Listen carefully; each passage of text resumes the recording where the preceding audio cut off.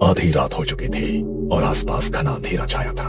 एक टूटे हुए खंडहर के बीच हवन कुंड की आग सुलग रही थी और उसके सामने बैठा था अघोरम, जो था गांव का सबसे सिद्ध पुजारी। उसके सामने एक मूर्ति रखी थी जिसका शरीर इंसान का था, सिर किसी भैंस जैसा था और पेट में आग की भट्टी थी। ओम छर छर मोलकाय नमः, ओम छर छर मोलकाय नमः, ओम छर छर मोलकाय नमः। जैसे ही अघोरम ने मंत्र पूरा करके हवन कुंड में राख डाली और एक छोटे से शिशु को सामने रखी मूर्ति के पेट की ओर उछाल दिया। जैसे ही बालक उस भट्टी में पहुंचा, एकाएक वहां से आग की लपटें धधकने लगी और मूर्ति की आंखों से तेज लाल प्रकाश निकलता नजर आने लगा। और ये नजारा देख अघोरम जोर जोर से हंसने लगा। तुम जाग उठे मोलक देव, तुम जाग उठे। अब सब मंगल ही मंगल होगा। जंगल के अंधेरे को मूर्ति के पेट की आग ने रोशन कर दिया था। अगली सुबह सारे गांव में खबर फैल गई। सुना भैया, कल रात अघोरम ने मोलक देव को जगा दिया है। बलि स्वीकार हो गई है। लगता है अब ये फसलों की आग सूखा खत्म हो जाएगा। अरे ये किसी और के बस का काम था भी नहीं, ये सिर्फ अघोरम ही कर सकते हैं। तभी तो वो गांव के सबसे सिद्ध पुजारी माने जाते हैं। मोलक की सेवा में तनिक भी गलती हो जाए तो जान पर बनाती है, लेकिन अघोरम बाबा के रहते हमारे गांव का कभी अमंगल हो ही नहीं सकता। हाँ, लेकिन अब वही होगा जिसके लिए सारे गांव का दिल थर थर कांपता है। हर अमावस को बलि देनी होगी। अघोरम मोलक का सेवक था। कहते थे ये सिद्धि उन्हें विरासत में मिली थी। अगर मोलक देवता खुश हो जाए तो गांव में हरियाली होती थी, फसलें दोगुना लहलहाती थी, लोग बीमारियों से दूर रहते थे और घर में खुशियां लौट आती थी। और अगर देवता नाराज हो जाए तो सूखा, तरह तरह की बीमारियां और भूखमरी से गांव वाले बेहाल हो जाते थे। इसलिए अघोरम हर साल अपनी जान पर खेलकर वो हवन करता था, क्योंकि मोलक के भोग में हुई एक गलती मतलब साधक की बलि। नहीं, मैं भूखी मरने को तैयार हूँ, बीमारी भी झेल लूंगी, लेकिन अपने बच्चे की बलि नहीं दूंगी। फसल में आग लगी तो लगी, मेरा बच्चा इसकी भरपाई क्यों करेगा? बात को समझो सरला, ये तुम्हारे बच्चे की बलि नहीं है, ये तो पूरे कबीले की रक्षा के लिए मोलक का प्रसाद बनेगा। गांव की रक्षा के लिए उसे सालों सालों तक याद रखा जाएगा। हर दिन पहला निवाला तेरे बेटे के नाम का निकालेंगे गांव वाले। मैंने कह दिया ना, मैं अपने बच्चे की बलि नहीं देने दूंगी, चाहे तो मेरी जान ले लो। नहीं, बलि तो बस एक बालक की ही होगी। देवता को चाहिए निर्मल मन, निष्पाप आत्मा, और इस धरती पर बच्चों से ज्यादा पवित्र कौन है? समय मत गवाओ। जो समय पर मोलक को भोग ना मिला तो उसका कहर टूटेगा पूरे गांव पर। अच्छा, तो तुम ऐसा करो, अपने बेटे को भोग चढ़ा दो उस देवता को। गांव के लिए इतना तो कर ही सकते हो। सरला की बात सुनकर अघोरम को बहुत गुस्सा आता है, लेकिन वो कुछ कहता इसके पहले ही सरपंच चिल्ला पड़ता है। अगर अघोरम के वंशज को कुछ हो गया तो आने वाले समय में हमें मोलक देवता के क्रोध से कौन बचाएगा? मूर्ख औरत, तू पहली नहीं है जिसने अपने बच्चे की बलि दी है। इस बरस मोलक देवता ने तेरे लड़के को चुना है, इसलिए अपने आप को भाग्यशाली समझ और हट हमारे रास्ते से। सरला एक विधवा असहाय औरत थी। वो रोती बिलखती रह गई और गांव वाले उसके बच्चे को उससे छीन कर ले गए। उसे खंडहर की ही एक काल कोठरी में रखा गया। बच्चा एक कोने में डरा सहमा बैठा था, जब अचानक से दरवाजा खुला और बाहर की रोशनी अंदर आई। कौन? सामने से एक भारी डरावनी हंसी आई। मोलक देवता। अघोरम ने बच्चे को खाने को कुछ दिया और बच्चा वहीं पर बेहोश हो गया। थोड़ी देर बाद अघोरम उसे गोद में लेकर मोलक की मूर्ति के आगे बनाई गई एक चिता पर लिटा देता है और मूर्ति की तरफ देखकर बोलता है, अग्नि साक्षी बन, पवित्र आत्मा अर्पित है। इतना कहकर अघोरम बच्चे को मोलक की मूर्ति को समर्पित कर देता है। मूर्ति के पेट से तेज लपटें उठने लगती है। एक अजीब सा सन्नाटा पसर जाता है। रात का अंधेरा इतना गहरा था कि लगता था जैसे जंगल ने चांद को ही निकल लिया हो। अघोरम की सांसें तेज थी, उसकी आंखें अचानक लाल हुई और शरीर अकड़ने लगा। उसने किसी जानवर की तरह आसमान की ओर मुंह करके एक डरावनी आवाज निकाली और फिर मूर्ति की तरफ देखने लगा। अचानक पेट की भट्टी से राख हवा में उठने लगी, जैसे किसी अनदेखे चक्र में घूम रही हो। अघोरम ने अपना हाथ आगे बढ़ाया और सारी राख उसकी हथेली पर आकर ठहर गई। मेरी बलि पूरी हुई, अब मैं और भी शक्तिशाली हो गया हूँ। मूर्ख गांव वाले इतना भी नहीं समझते। ये सूखा जली हुई फसलें और गांव की महामारी कोई देवता का श्राप नहीं है, ये इस अघोरम का षड्यंत्र है। देवता। अघोरम देवता ही सबसे बड़ा देवता है। उसकी नसें उभरने लगी और आंखों के अंदर हल्की लाल चमक तैर गई। खंडहर की दीवारों पर उसकी परछाई 3 गुना बड़ी दिखाई देने लगी। राकेश ने देखा कि गांव के एक पुराने मंदिर में कुछ बच्चे खेल रहे हैं। उन्होंने जमीन पर मिट्टी से एक मूर्ति की आकृति बना रखी थी और एक बालक उसके ठीक सामने आंखें बंद किए किसी योगी की मुद्रा में बैठा हुआ था। अरे बच्चों, क्या खेल रहे हो? बलि का खेला। बच्चे की बात सुनकर राकेश चौंक जाता है। क्या क्या कहा? बलि का खेल? ये कैसा खेल हुआ भला? बाबा, पूरे गांव में महामारी फैल गई है, लोग मर रहे हैं, कुछ करो। देवता को प्रसाद अर्पण करना होगा। देव चाहे तो धन बल अनहोनी महामारी सब बदल सकते हैं। अमावस्या को छोटू की बलि देनी होगी, उससे देवता खुश होंगे। बोलो, दे सकोगे? बच्चों की बात सुनकर राकेश के पांव डर से कांप उठते हैं। ये छोटे छोटे बच्चे किस खेल की बात कर रहे हैं? ये सब डरावनी बातें इनके मन में आई कहाँ से? क्या यहाँ कुछ ऐसा चल रहा है जो सही नहीं है?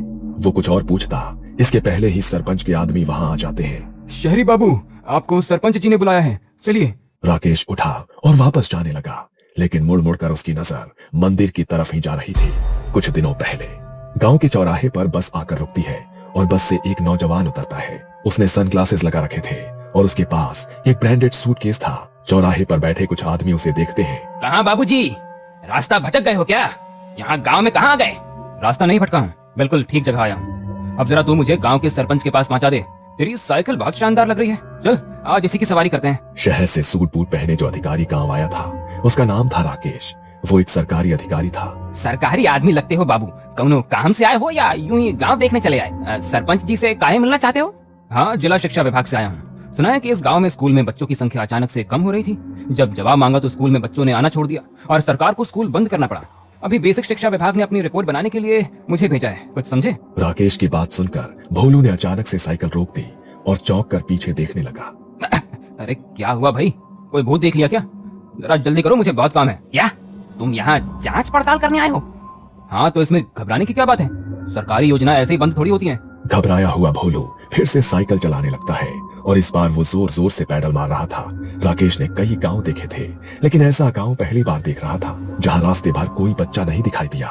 हर गली में बस सन्नाटा छाया था। लो बाबू, आ गया सरपंच जी का घर, अब हम चलते हैं। धन्यवाद, फिर मिलेंगे।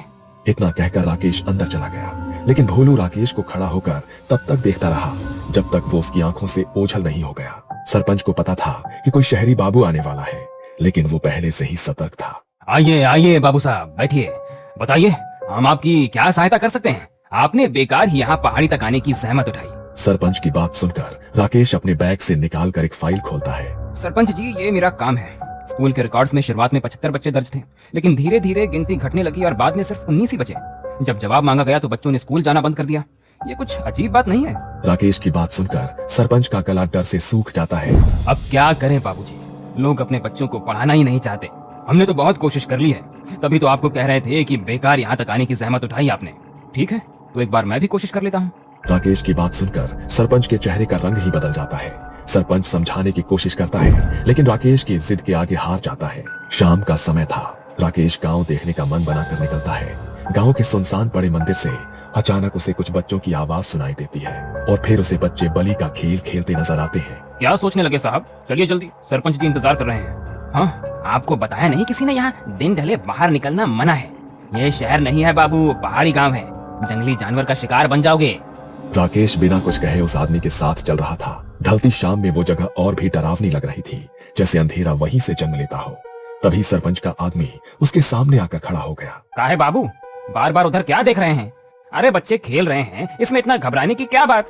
राकेश को उस आदमी की बात किसी चेतावनी से कम नहीं लगी। वो चुपचाप चलता रहा। सरपंच के घर पर पहुंचकर उसका सामना एक बाबा से होता है, जो किसी सन्यासी जैसा दिखाई पड़ रहा था। आइए साहब, ये हमारे गांव के सबसे सिद्ध पुजारी हैं, सोचा आपसे मिलवा देते हैं।